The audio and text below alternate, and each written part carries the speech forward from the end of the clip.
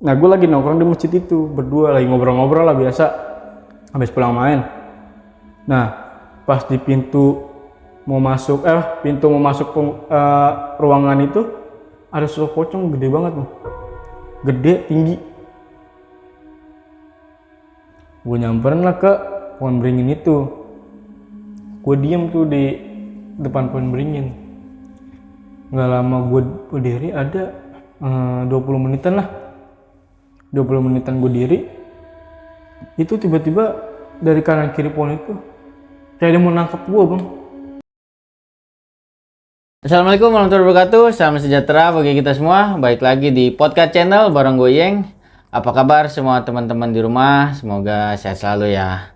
Oke, di episode kali ini gue udah kedatangan salah satu narasumber yang akan menceritakan pengalaman horornya.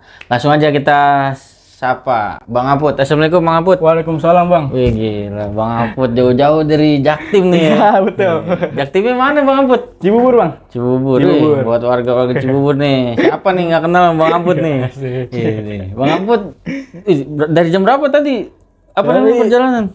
Jam 5-an Bang. Jam 5-an ya? Jam 5-an. Makasih banget nih Bang Aput udah Ya, mau sama-sama. datang jauh-jauh ke Tangsel ya, ke podcast maksudnya ya. Bang Aput mau cerita pengalaman horor tentang ini ya, apa namanya, kampungan Kampung ya. ya? Bisa di-spill dikit nggak nih ke teman-teman podcast nih biar pada penasaran nih?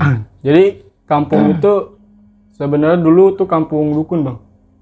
Dukun. Dukun. Itu di situ ada beberapa dukun ya sekitar 20 dukun lah. Jadi pas ada satu kejadian dia nyoba ilmu.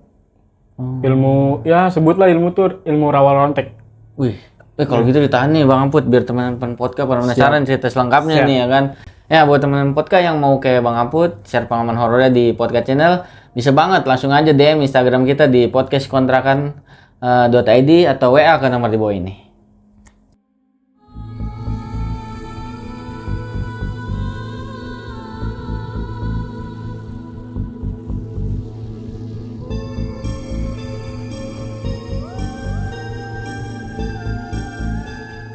Oke teman-teman podcast, apakah kalian sudah siap menghadapi dunia tak kasat mata? Berikut kisah selengkapnya.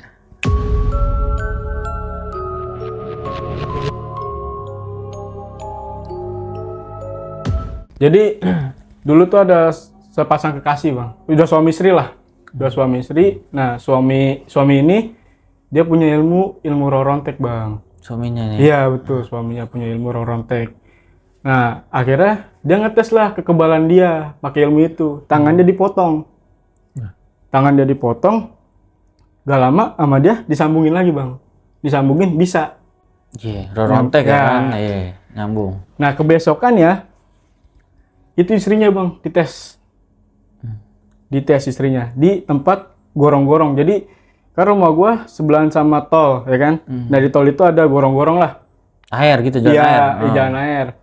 Itu ditaruhin batang pisang yang biasa buat kurban lah. Oh, iya. Batang pisang itu istrinya disuruh tiduran situ Bang. Oh. Jadi sama dia tuh dia nyoba ilmunya dia itu ke istrinya. Akhirnya tuh leher istrinya. Leher langsung Nah sama dia mau disambungin nggak bisa Bang. Nggak bisa. Nah makanya sampai sekarang itu arwah masih gentayangan Bang. Oh, kalau buntung itu? Iya betul, masih gentayangan. Jadi ada rumah. Jadi kan ini tempat gorong-gorongnya. Maju dikit itu ada tanjakan dikit. Di situ ada tengah-tengah rumah Bang. Itu rumah dukun yang sampai sekarang masih ada. Itu rumah tempat buat segala ilmu-ilmu hitam di situ. Masih ada Bang, Masih tahun-tahun ada. modern begini? Masih ada situ. Wih, gokil, lanjut. Nah di situ gue kan orangnya pekaan Bang ya. Gue peka terus gue juga bisa lihat apa yang ada di situ, apa yang ada di rumah itu gue bisa lihat. Dan bener Bang, pas gue lagi iseng ya kan, maksudnya abis ngedengar cerita itu gue iseng buat ke situ tuh, buat apa namanya, mastiin lah bener atau enggaknya. Akhirnya gue ke situ tuh, gue baru sampai mau ke tanjakan aja itu udah ada yang bisikin gue Bang. Ada yang bisikin, ada yang bilang begitu Bang. Nah terus di situ gue kayak apa namanya, ya pura-pura nggak tahu aja kayak siapa sih. Akhirnya udah gue mutusin buat lanjutin ke situ bang. Di situ gue berdua sama teman gue nggak ngedengar. Akhirnya gue mutusin ke situ. Pas di halaman di situ itu banyak banget kayak tulang berulang bang. Tulang berulang. Iya, gue nggak tahu tulang apaan. Tapi yang jelas satu gue ngelihat itu ada tengkorak manusia. Ada tengkorak manusia. Di situ gue juga awalnya nggak percaya dong, nggak percaya. Akhirnya gue manggil warga setempat ya kan. Emang warga itu udah kayak nggak asing lah. Kalau di tempat kayak buat ilmu-ilmu hitam. Nah, gak lama itu gue sempet diteror bang. Masa kayak diteror bukan serangan ya, kayak suara-suara gitu bang dari atas rumah gue. Kayak ada suara pasir jatuh lah, taburan pasir, terus benda-benda jatuh, terus benda melayang segala macem. Diteror gue. Gak lama abis diteror gue kesurupan bang. Karena emang diri gue tuh sebenarnya nerima apa yang dia mau di dalam tubuh gue nerima. Akhirnya dia masuk ke tubuh gue, dia ngomong ke bokap gue, ngomongnya kayak ini, jangan sekali-sekali kamu ngacak-ngacak rumah yang ada di sini. Maksudnya rumah yang ada di sini tuh rumah dukun itu bang. Rumah yang ada di dukun itu. Nah, itu nggak sampai situ juga bang. Gue akhirnya sempet diteror lagi. Kan samping rumah gue kan rumah jenderal. Rumah jenderal.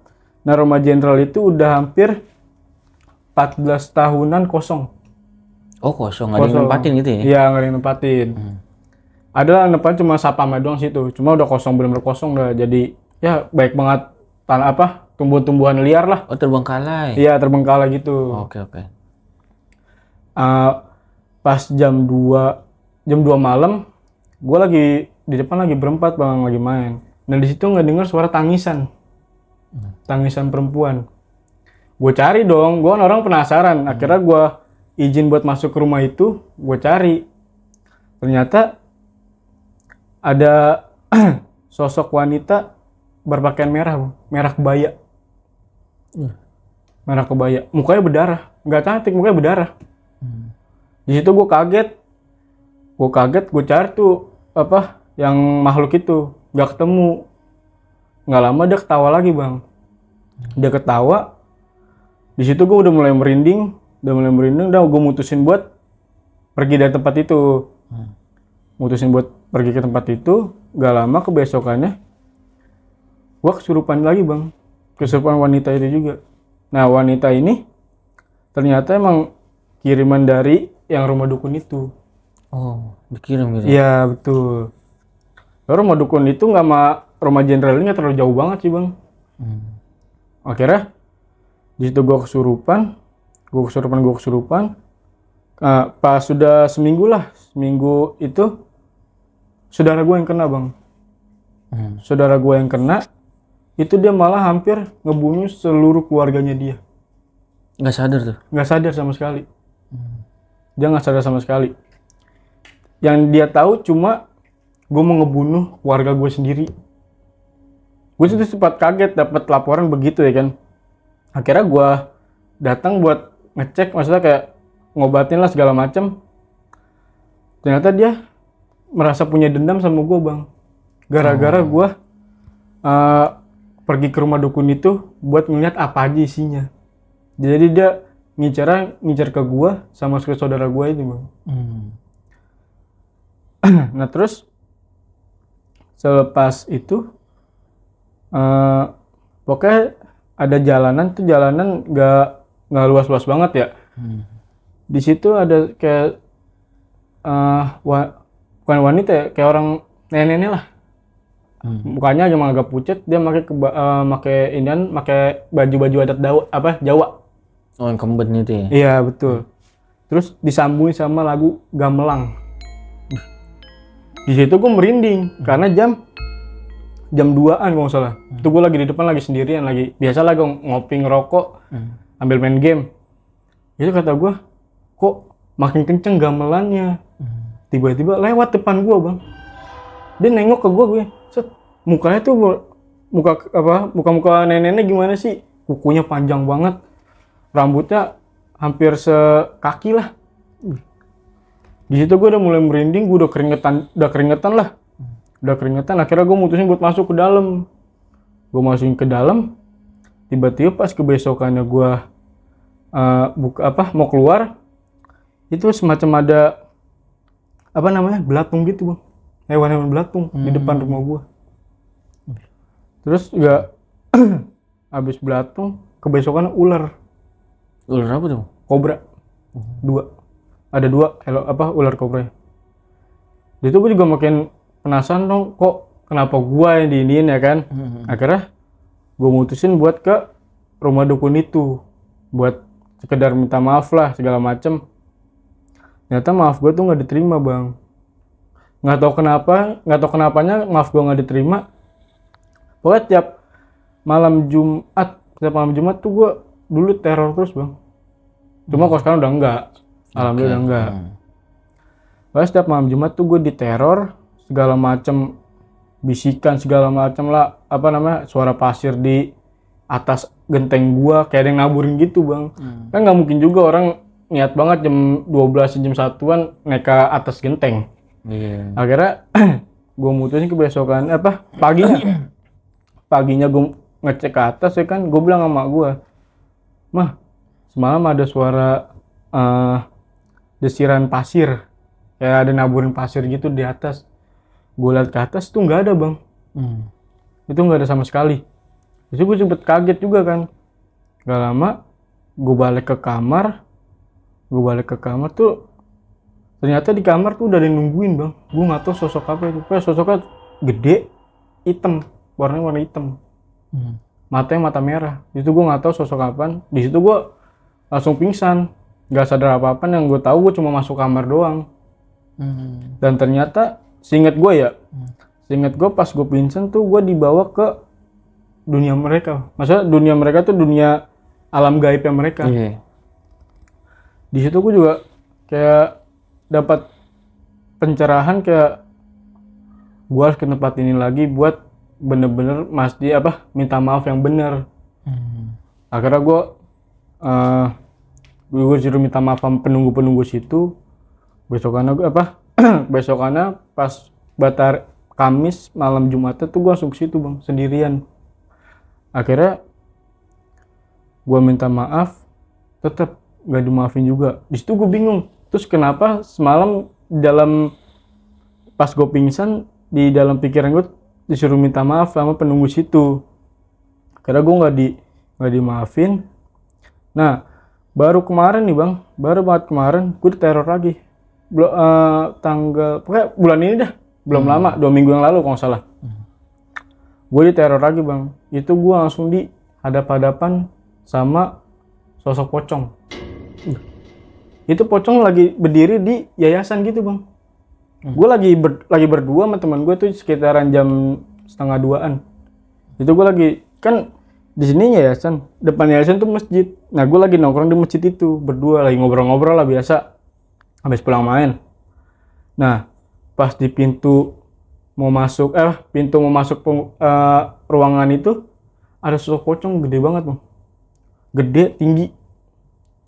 Itu mukanya nggak kelihatan. Terus gue teman gue ngajak pindah, karena teman gue juga ngelihat juga kan. Teman gue ngajak pindah, gue pindah lah ke depan masjid.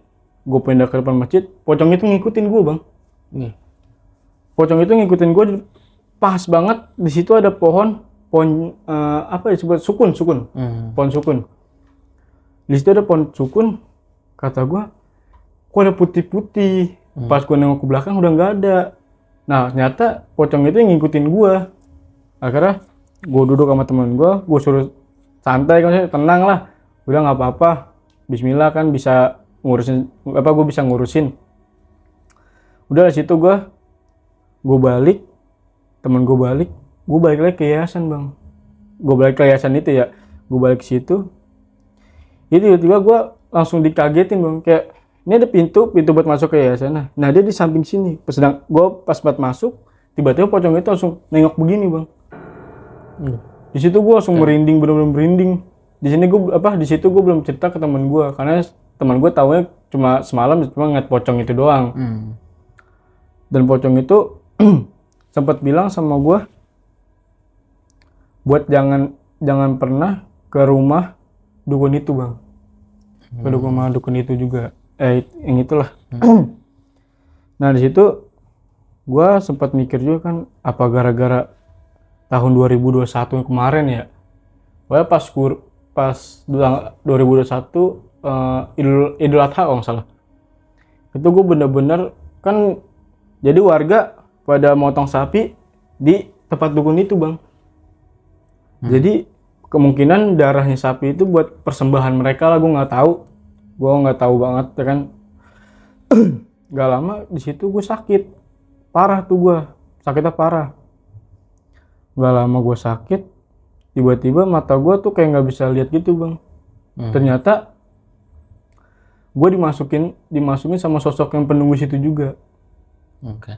Dia ngasih kayak apa namanya, semacam peringatan lah, jangan pernah ke situ lagi, ke daerah-daerah situ lagi.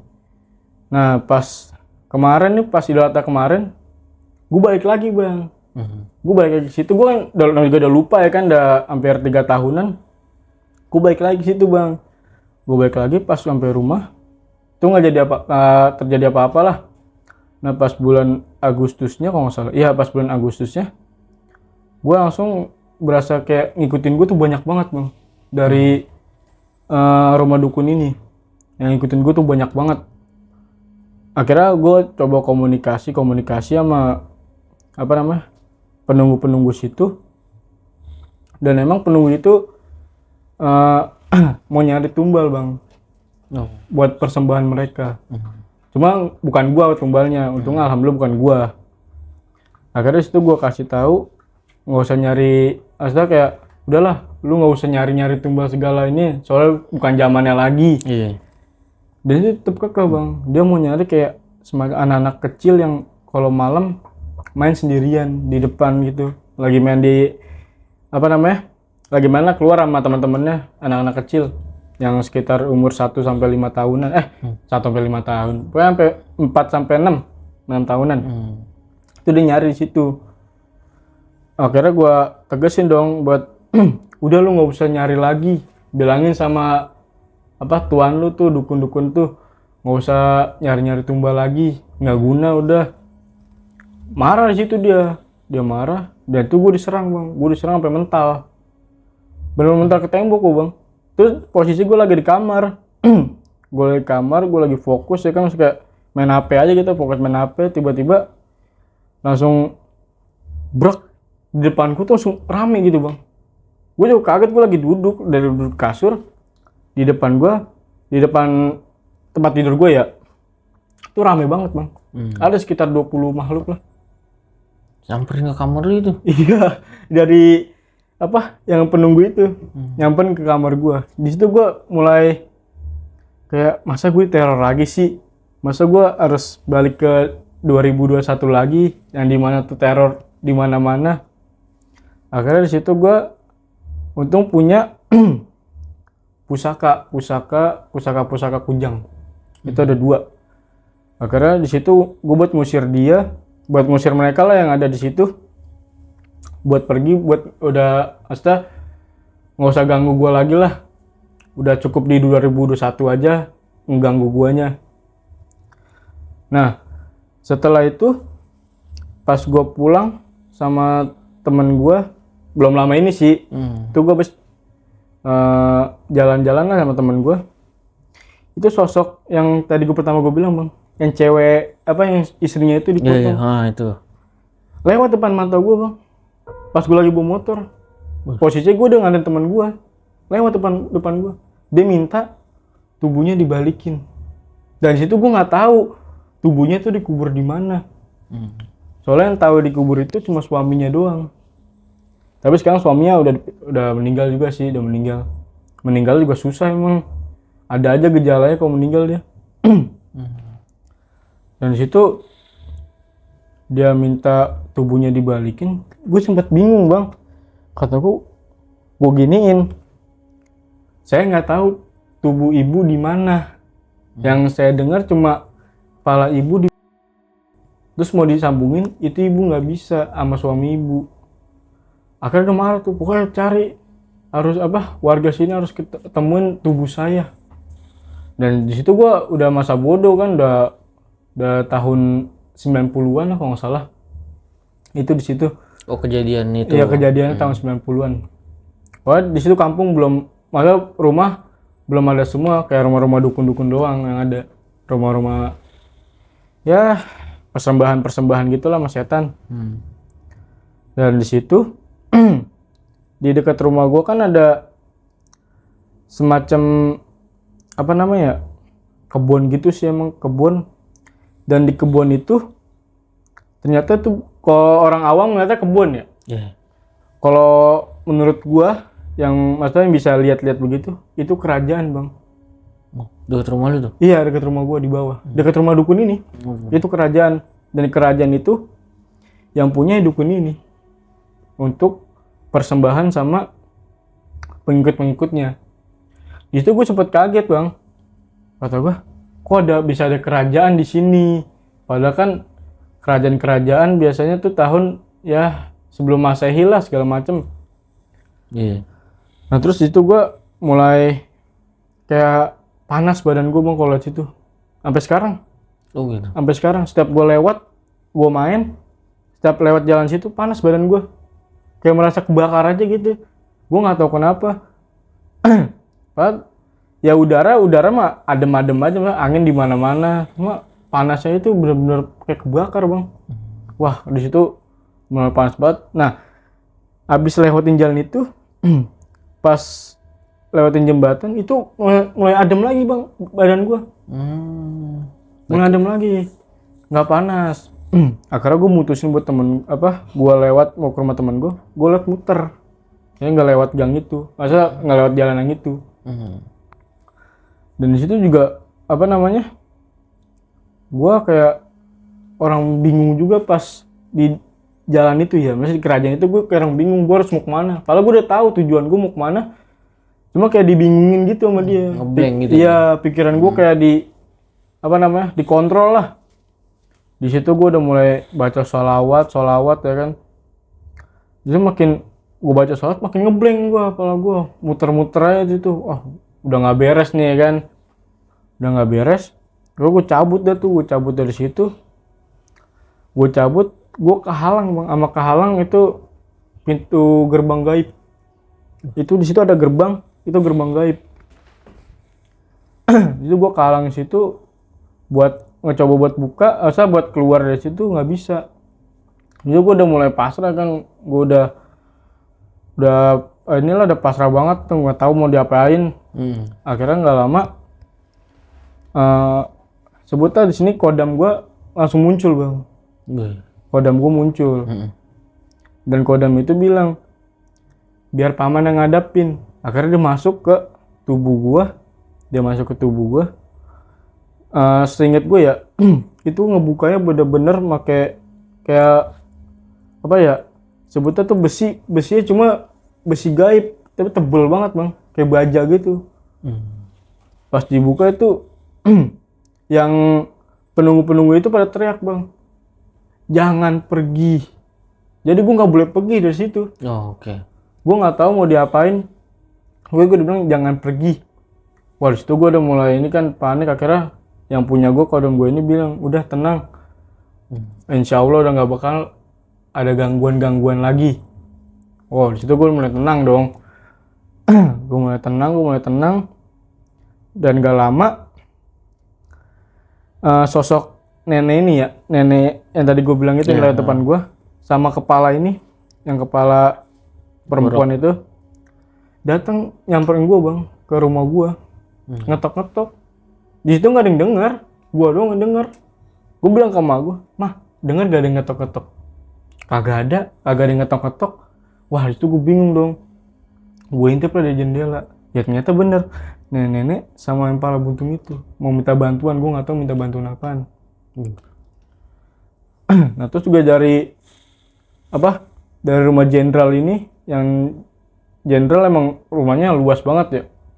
Ini datang ke rumah gue buat minta tolong bang, minta tolong semua. Kata gue, masa ya gue harus nolongin makhluk-makhluk yang gak bisa orang lihat, ya kan? Di situ gue mulai, udah kacau udah akhirnya nggak gue bukain, kebesokannya tuh langsung kayak dimimpin gitu gue bang. Pas lagi tidur gue dimimpin, pas tidur siang kalau nggak salah. Iya pas tidur siang, gue dimimpin buat minta tolongin mereka semua. Ya gue nggak sanggup, ada 15 makhluk yang gue tolongin lah, gue kagak sanggup. Kalau manusia minta tolong sih gue oke. Ini makhluk halus yang minta tolong. Dan di situ gue udah bodo amat, terserah lu pada dah mau gimana, yang penting gue nggak mau nolongin, ya kan. Dan terus sampai sekarang juga masih sering ke rumah-rumah warga bang. Maksudnya ke rumah warga cuma buat ngetok-ngetok doang. Iseng juga ya. Makanya. Nah terus di samping rumah gue ini kan ada semacam gardu ya bang ya. Gardu buat listrik lah. Gardu buat listrik. Itu setiap kan ada celah kanan kiri nih. Itu setiap celah dijaga nama sosok putri. Putri siluman. Satu siluman ular. Satu lagi siluman siluman apa gue nggak, hewan-hewan nggak ngerti lah gue. Pokoknya satu ular, satu ya semacam kayak hewan-hewan zaman dulu. Itu dijaga itu bang. Setiap gue lewat itu dipanggil suruh masuk ke dimensinya dia.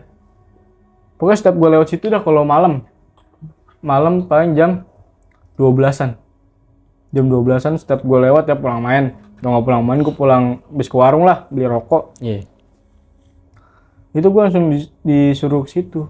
Sini. Masuk ke alam saya gitu. Nah dulu nggak mau, gue nyuekin aja. Maksudnya gue fokus pandangan gue aja. Pura-pura nggak ngeliat gitu. Iya, pura-pura nggak ngeliat. Padahal gue tahu kalau mereka tuh manggil gue.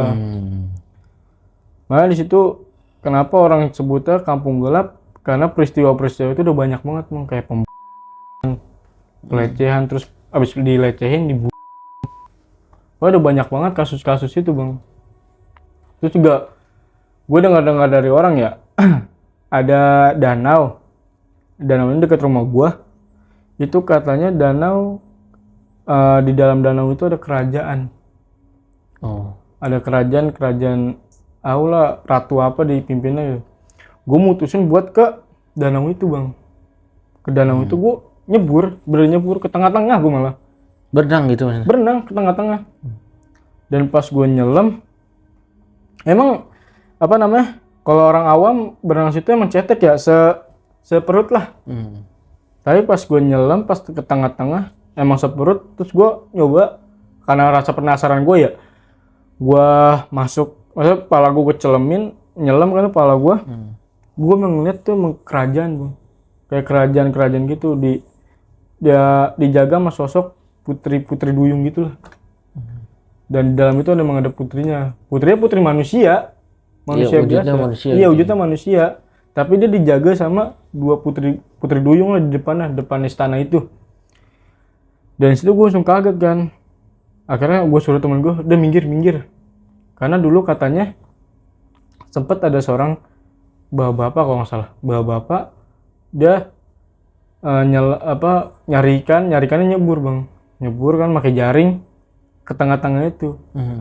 Dan tetangga gue ini, cuma sekarang orangnya udah meninggal ya. Dia ngelihat kalau tiba-tiba orang itu langsung dibawa masuk bang, kayak ditarik gitu. Dari atas tiba-tiba langsung tarik. Orang itu sempat minta tolong. Tetangga gue ini nggak bisa buat nggak bisa lah buat ngapa-ngapain, karena kan itu lumayan dalam juga ya menurut dia. Takutnya kenapa-napa, akhirnya udah ditinggalin sampai sekarang. Makanya disebut tuh rawa angker. Danau angker. Enggak lama dari situ ke kampung gua lagi nih ya bang. Itu langsung banyak banget kayak penampakan lah. Gangguan. Iya, gangguan kayak siluman segala macem. Ada satu rumah, rumah itu emang udah kosong udah lama banget ya, dari gue kecil lah. Dari gue kecil emang udah kosong banget. Itu orang kalau setiap pagi sama malam sering ngeliat sosok perempuan lagi nyisir bang gini di depan jendela. Jadi jendela kotak, dia kayak nangkring gitu, duduk sambil nyisirin rambut. Dipanggil nggak dengar. Nah pas orang itu setiap orang ya nengok langsung hilang wanita itu. Gak lama katanya sih orang itu balik lagi buat mastiin beneran ada cewek apa enggak. Iya, make sure ya. Ya buat make sure lah ada apa enggaknya. Gak lama nongol lagi tuh perempuan bang, nongol terus sambil nangis. Pas dideketin, oke mau ngedeketin, setiap ngedeketin udah deket nih, tiba-tiba langsung hilang lagi bang. Dan gue dapat cerita juga ya, sosok itu kayak minta tolong juga, maksudnya kayak tolong sakit, kesakitan gitu bang. Gue nggak tahu sakit karena apa. Dan itu gue juga mulai penasaran juga kan, gue orangnya penasaran juga sama tempat-tempat ini juga, maksudnya tempat-tempat yang kosong lah. Iya. Gue penasaran, dan situ dia langsung nampakin dirinya itu depan gue pisan bang. Jadi gue di sini, sedangkan dia di depan gue sini, nggak jauh lah, nggak ada berapa meter, langsung nampakin diri gitu. Jadi gue langsung kaget kan, gue tanya dong, gue komunikasi, gue bilang, kenapa sering ganggu warga-warga sini buat aktivitas lah, buat kerja. Karena emang dia dulu suka kayak dibully gitu bang sama warga, bukan warga, kayak tempat penghuni lama di situ. Maksudnya kayak orang-orang udah lama lah. Waktu dia muda katanya dia sering dibully. Berarti asli situ orangnya? Iya, asli situ. Sering dibully.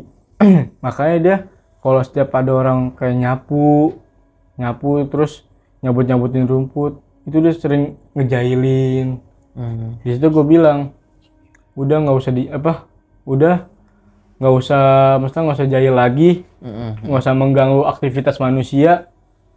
Sekarang mending pulang lah, maksudnya pulangnya tuh ke alam mereka. Dan situ dia untungnya ngerti, dia akhirnya pulang tuh. Udah pulang, udah sampai sekarang udah alhamdulillah udah nggak ganggu sih. Kalau dulu parah banget bang, malah yang lagi kerja ditempong pakai batu gede banget lagi. Apakah agak ngeri itu? Pokoknya kejadian itu bener-bener horor banget lah. Terus juga ada satu rumah, itu kan pagarnya dia pagarin, terus dikasih kayak kuda-kuda gitulah, kuda-kuda besi itu. Nah, saudara gue ini ngeliat kalau kuda itu tiba-tiba hidup. Bener hidup. Di kampungan lu? Iya, masih di daerah kampung itu hidup. Bener hidup. Kuda itu setiap jam 12-an kalau nggak salah ya. Itu dulu sih, kalau sekarang gue belum ngeliat lagi. Itu sering berkeliaran ke, ya muter-muter kayak kuda pada umumnya lah. Kayak di halaman pada umumnya, muter-muter doang.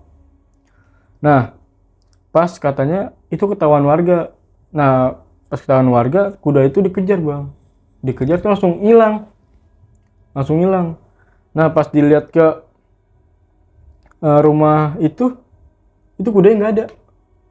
Rame-rame tuh pada ngeliat ke situ, kudanya nggak ada. Langsung warga pada bilang, nah bukan di sini ada kuda. Nah yang punya pemilik rumah ini juga bingung bang, nggak tahu pak, kuda saya kayaknya diambil ada yang ngancurin, cuma nggak ada bekasnya. Wah di situ warga pada ngasih tahu kan, iya pak, semalam ada kuda warna putih banget bang. Cakep pada. Iya, warna cakep lah. Nah dikejar sama warga itu langsung hilang. Dikejar, ngejar tuh di gimana ya? Ini gang, Samping gang itu gang buntu. Harusnya dapat ya. Ya harusnya dapat, tapi pas warga belok nggak ada. Nggak ada sama sekali, kayak suara-suaranya tuh nggak ada. Dari situ yang punya rumah itu langsung kaget. Akhirnya mutusin punya rumah itu buat pindah. Buat pindah. Nah, kan sampai sekarang nggak tempat itu masih disebut angker lah. Karena emang banyak banget misteri-misteri yang belum diinin. Terus juga banyak banget gangguan-gangguannya. Sampai kayak setiap rumah angker, maksudnya kayak rumah-rumah yang udah lama nggak ditempatin, itu jadi angker banget, Bang. Wah, warga setiap lewat situ harus klakson 3 kali. Oh, harus gitu. Iya, karena lagi itu ada satu kejadian, udah lama juga ya, mungkin 2007 lah, 2007, 2008, gue juga ceritain sama mak gue. Itu warga pas dibelokkan, ininya belokan ya, masa tempatnya tuh tempat rumah lama itu dibelokan. Itu setiap kalau orang nggak ngelakson 3 kali, belak-belakan, Bang. Nah bener kata mak gue, abis ada orang, nggak tahu orang mana, bukan orang kampung situ ya, dia nggak klakson, Bang. Ya juga orang kan nggak tahu ya, orang awam aja nggak tahu. Akhirnya dia nggak klakson, pas dia balik, dia langsung dihadang sama sosok kakek-kakek gitulah, kakek-kakek. Dan kakek-kakek itu sengaja buat nabrakin diri sendiri, maksudnya nabrakin ke motor itu. Akhirnya pemotor itu jatuh pale berdarah tuh, Bang. Pale berdarah. Akhirnya dibawa ke rumah sakit. Nah terus karena keluarga gue juga orangnya pekan juga, maksudnya kayak tahu nih ada makhluk halus di dekat-dekat sini lah. Itu ternyata kakek itu emang sengaja bikin yang korban ini celaka. Makanya sampai sekarang setiap lewat tikungan terus di dekat rumah gue ya, klakson 3 kali. Karena orang-orang sebutnya biar permisi lah. Permisi. Sopan santun. Iya, sopan santun, betul.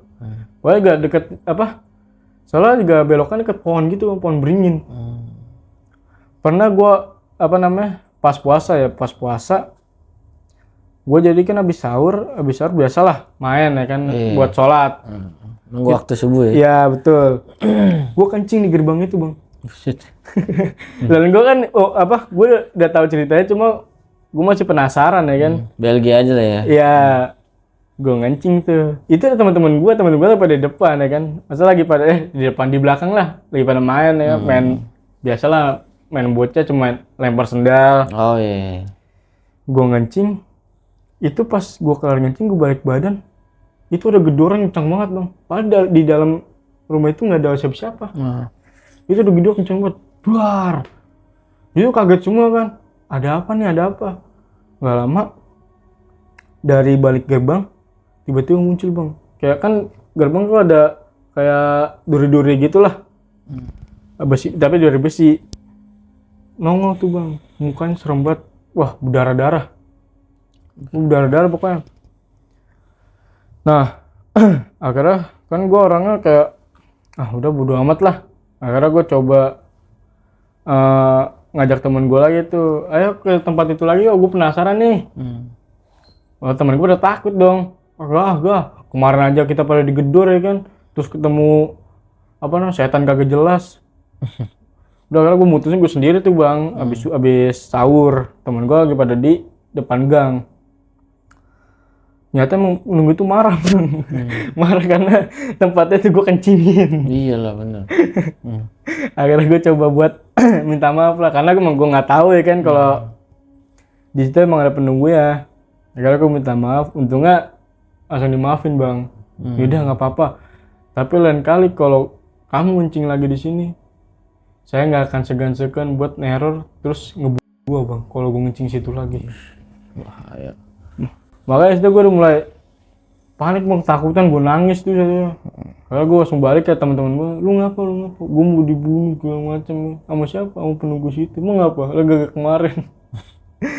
Itu temen gue pada nggak percaya, Bang. Akhirnya gue akhirnya gue suruh ke situ aja pada. Gue suruh ke tempat gue ngencing itu. Orang bener dia dapat tempongan, dapat apa ditempong dia malah. Ditempong kayak pakai batu. Tapi pas gue balik agak teman-teman gue, itu batunya nggak ada bang. Padahal batu pada gede-gede banget, batunya nggak ada, hilang. Gue nggak tahu apa emang ada orang yang usil atau gimana. Itu batu tuh hilang. Gue nggak lama lari, adalah sekitar 10 detik lari. Gue bangun temen gue balik badan tuh buat mastiin kan, orang nih paling nih. Gak lama batu itu hilang, kagak ada sama sekali, bersih gitu kayak jalanan buat lewat doang. Itu mungkin takut dong gue pada pulang gitu, pada takut kan tuh. Udah akhirnya situ gue mulai panik juga kan, takut teman-teman gue jadi sasarannya. Gue minta maaf lah untuk kedua kalinya, karena gue suruh teman-teman gue buat datang. Nah untungnya penunggu situ langsung kayak gentak gue lah, kan udah saya bilangin jangan datang lagi ke sini kalau buat ganggu. Kalau buat duduk-duduk doang nggak apa-apa katanya, cuma kalau buat ganggu dengan terima. Iya Ki, maafin teman saya, soalnya saya nyuruh mereka ke situ karena nggak percaya kalau di sini ada penunggunya. Udah kayak situ gue dimaafin terus itu gak lama pas gue habis puasa ya. Habis puasa itu masih ada pohon, jadi di rumah gue tuh ada pohon beringin 3. Pohon beringin, tiap tikungan pohon beringin bang. Tiap tikungan pohon beringin. Oh di Hug ya tempatnya? Iya. Macamnya kayak ada orang nanam lama gede, pokoknya setiap tikungan nggak tahu kenapa pohon beringin. Nah setiap pohon beringin itu mau ditebang sama PPSU ya, itu keluar darah. Getah kali, getah apa garah? Bukan, darah bang. Orang baunya itu bau amis. Setiap motong ketiga itu ya, akhirnya dia RW itu manggil guru kayak guru ngaji gitulah, buat izin sama penunggu situ buat nebang nih pohon, karena emang warga udah banyak yang komen lah. Kemarin saya ditongolin begini depan pohon ini. Buset. Serius. Setiap itu ditongolin. Setiap warga lewat jam 12 ke atas tuh ditongolin. Akhirnya udah tuh akhirnya minta izin. Alhamdulillah tuh diterima tuh bang izinannya sama penunggu situ. Dari tebang tuh. Nah pas tebang lancar. Pas sebelum izin mah wah keras banget. Pas udah sampai kepotong dikit aja, langsung keluar darah. Darah tuh baunya amis banget, bener-bener amis. Itu satu doang bang yang potong, karena yang 2 ini juga nggak bisa. Sampai sekarang masih ada. Gak ada yang berani apa nggak bisa? Lagi tuh udah pernah dipotong juga, nggak bisa. Tetap kayak nggak kepotong lah, gimana sih? Kayak nggak mempan gitu, gergaji mesin tuh nggak mempan, masih tetap utuh. Dan itu udah, makanya orang-orang sekarang di kampung gue ya, kalau emang ini pohon 2 ini udah banyak lah penunggunya. Karena yang satu kan udah minta izin, udah gampang. Mungkin pada pindah ke pohon 1 pohon 2 ini nih. Udah karena di situ udah mulai percaya lah semua. Cuma gue masih penasaran aja kan orangnya. Gue nyamperin lah ke pohon beringin itu. Gue diem tuh di depan pohon beringin. Nggak lama gue berdiri, ada 20 menitan lah. 20 menitan gue diri. Itu tiba-tiba dari kanan kiri pohon itu kayak dia mau nangkap gue bang. Gue nggak tahu itu sosok kamu, kayak tangannya panjang langsung. Kayak ada suara kayak dengungan gitu. Mau narik gue. Untung gue langsung buru-buru ngindar. Gue cabut di situ. Nah situ gue mulai percaya tuh situ. Kalau emang situ emang ada penunggunya. Makanya setiap orang lewat setiap belokan klakson. Iya, sampai sekarang sih. Cuma yang pohon 1 ini udah nggak usah klakson lagi karena kan udah dipotong, ya ditebang. Cuma yang 2 jalur ini emang harus klakson setiap belok. Kayak deket pohon-pohon situ harus klakson lah. Gue ada banyak banget kejadian-kejadian yang tiba-tiba ada yang jatuh lah, tiba-tiba ada yang kayak orang bingung. Padahal warga situ bang, ada gua pernah nemuin tuh warga situ bingung. Udah gue tanya dong, kenapa bang? Oh gitu abang-abang tuh. Gak tahu, gue bingung mau kemana lah. Bingung kenapa bang? Gak tahu, otak gue kayak ada yang muterin. Nah akhirnya gue tanya tuh, lu tadi klakson gak bang dari belokan itu? Klakson kagak. Ya, aturan lu klakson bang. Emang kenapa? Karena di situ emang udah lama banyak penunggunya bang. Oh mau gitu? Iya, soalnya gue dapet cerita dari nyokap gue. Kok lagi itu ada orang nggak klakson, orang itu kayak jatuh gitu bang. Gue bilang, Ada aja lah ya. iya ada aja. Jatuh bang, gue bilang. Ah serius lu? Gak serius bang. Orang masih hidup gue gitu nggak tuh. Wah gue nggak tahu nih. Gimana dong? Nggak apa-apa bang. Kalau nggak tahu mah, tapi lain kali lu harus klakson bang ya. Setiap belokan 2 ini bang, gue kasih tahu tuh. Oh iya. Akhirnya pas dia klakson, udah alhamdulillah sekarang udah nggak kejadian Aman-aman lagi sama aja. dia. Iya. Ya sampai situ udah alhamdulillah. Gue udah sampai sekarang juga ya, sampai sekarang udah nggak ada gangguan lagi. Cuma dibilang kampung itu horor, ya kampungnya emang horor dan gelap bang. Sampai sekarang ya? Sampai sekarang. Tapi kalau untuk gangguan sendiri ke lu pribadi dan masyarakat sekitar udah enggak? Udah enggak, alhamdulillah udah enggak. Cuma ya, kayak tadi gue bilang belokan-belokan ini emang harus klakson. Kalau nggak klakson ya bahaya juga. Itu mitos-mitos kampung lah ya. Iya, yang harus dijalanin ya. Iya, betul. Oke bang, terakhir ada pesan dan kesan nggak nih buat teman-teman podcast nih di rumah nih? Ya pesan-pesan gue ya cuma inilah, jangan terlalu percaya sama ilmu-ilmu hitam segala macem bang. Karena ya sesungguhnya ilmu itu ya kita pelajari itu dari ngaji atas bang. Karena apa yang jaga kita tuh bukan jaga ya kayak makhluk-makhluk tuh nggak bisa dekat karena kita tuh baca bacaan Al-Quran gitu bang. Jadi jangan mudah percaya sama kayak omongan orang lah, kayak lu apa namanya, nih di sini ada ini. Padahal kan kita belum tahu ya kan. Kalau gua kan emang orang penasaran jadi tahu semua. Jadi jangan mudah percaya sama orang gitu aja. Oke, wah makasih banget ya Bang Ambut udah share pengalaman horornya di podcast channel. Semoga semakin sukses selalu ke depannya, sehat dan ya makin doa terbaik lah dari kita ya kan. Amin. Ya udah, terima kasih juga buat teman-teman di rumah yang udah menyaksikan episode kali ini sampai habis. Agar tetap terhubung dan tidak ingin ketinggalan video-video dari kita, segera subscribe podcast channel sekarang juga. Oh ya, buat teman-teman di rumah yang mau menyaksikan podcast ini via audio, bisa mampir aja ke Spotify kita di podcast channel. Nah, Bang Ambut, akhirnya kita sampai di ujung acara nih. Oh, siap. Paling gua Bang Ambut dan tim izin pamit undur diri. Sampai jumpa di episode-episode selanjutnya. Assalamualaikum warahmatullahi wabarakatuh.